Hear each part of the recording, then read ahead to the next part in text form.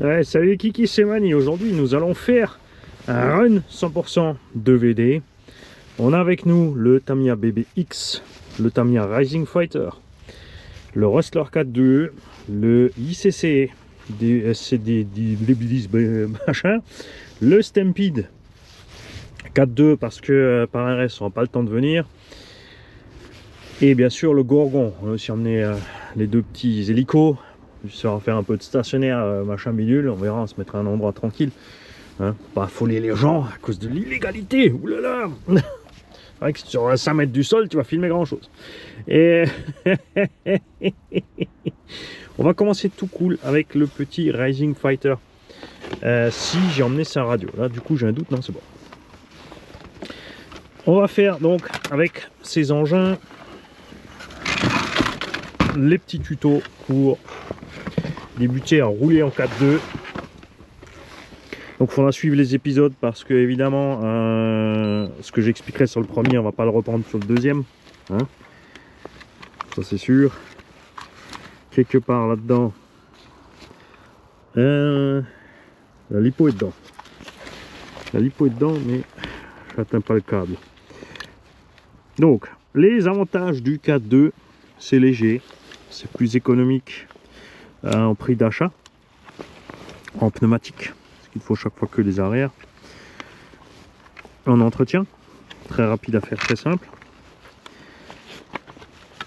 Les inconvénients, par contre, sont tout aussi conséquents. C'est-à-dire que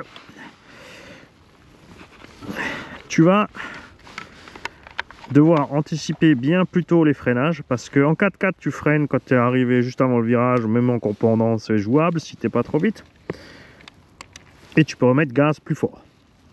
En 4.2 il faut arriver tout cool, c'est à dire il faut freiner avant quand l'engin est encore droit, radio allumée, machine allumée, voilà. Et il faut reprendre les gaz aussi beaucoup plus lentement, parce que sinon tu pars en tête à queue beaucoup plus vite. Alors là, pour pas user les petits pneus qui étaient livrés avec, j'ai mis 2 roues de SC à l'arrière. Alors ça ressemble à rien, mais c'est pas un problème pour le moteur que j'ai mis dessus.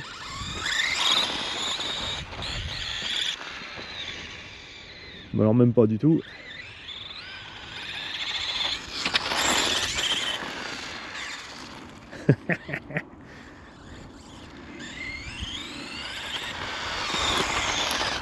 Il faut faire attention, celui-là il a pas de slipper. On va se mettre dans le sable. La direction aussi de ce machin est vraiment... je me souviens pas que j'avais une direction aussi naze que ça sur mon grasshopper. J'ai bien les angles de braquage à fond, pourtant... ah non, c'est... Ouais, parce que j'ai du trimming d'un côté, manque de l'autre. C'est pour ça que les virages à droite, c'est pas terrible. Alors, Mani, dans le sable, on a dit. On va se mettre dans le sable. Et dans le sable, pour montrer l'essentiel au départ. Déjà, le démarrage. En 4x4, tu peux partir plus brutalement, parce que contrairement, tu tires avec. Surtout si tu as 3 diffs. Parce que la puissance part un peu vers l'avant, les roues ballonnent, donc ça tire bien droit. Si tu n'as pas de diff central, bon, là, ça peut lever. En 4.2, ça peut lever, mais surtout, ce qui t'arrive le plus souvent, c'est que tu pars complètement en cacahuète. Donc il faut vraiment apprendre ici à doser ça. Regarde, partir en douceur, donc tu appuies à peine sur la gâchette, tu pars propre. Et après c'est gérable. Tu anticipes ton virage, tu réaccélères cool en sortie de virage, tout va bien. Si tu pars trop fort, cacahuète. Pareil pour le freinage. Si tu freines cool, tu le laisses ralentir et ensuite tu fais ton virage, tout se passe bien.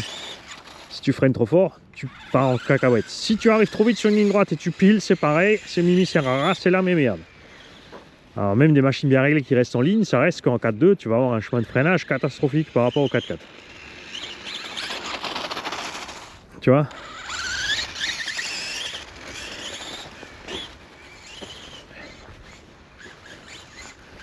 Donc tu t'habitues vraiment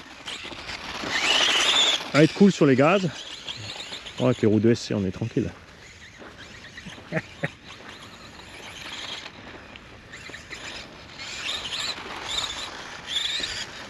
Il est hyper stable en plus.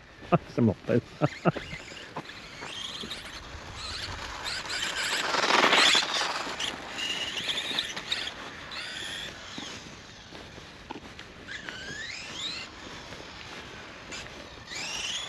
Tu vois, tu reprends les gaz cool. Après, ça dépend aussi bien sûr de l'huile que tu as mis dans le différentiel arrière.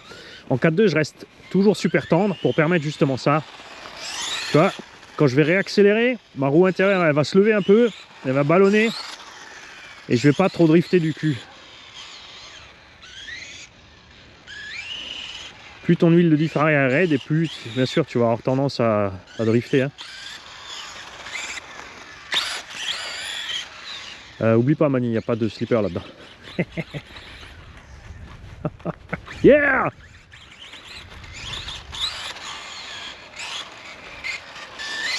C'est dommage que je trouve les roues buggy à indice qu'ils font là pour ces engins sont vraiment trop petites en fait. À l'avant ça passe, mais à l'arrière je les trouve vraiment rikiki les roues de buggy type indice. Faudrait un peu plus gros, mais ils font pas juste un peu plus gros, c'est tout de suite beaucoup trop gros. Et ce qui m'emmerde le plus, c'est qu'on n'a jamais des roues avec du déport.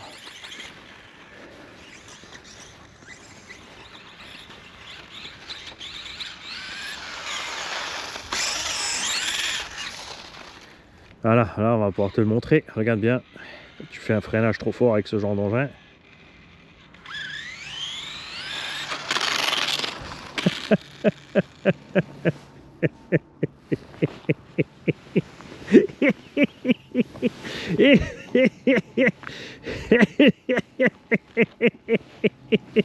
Bon, je reviens.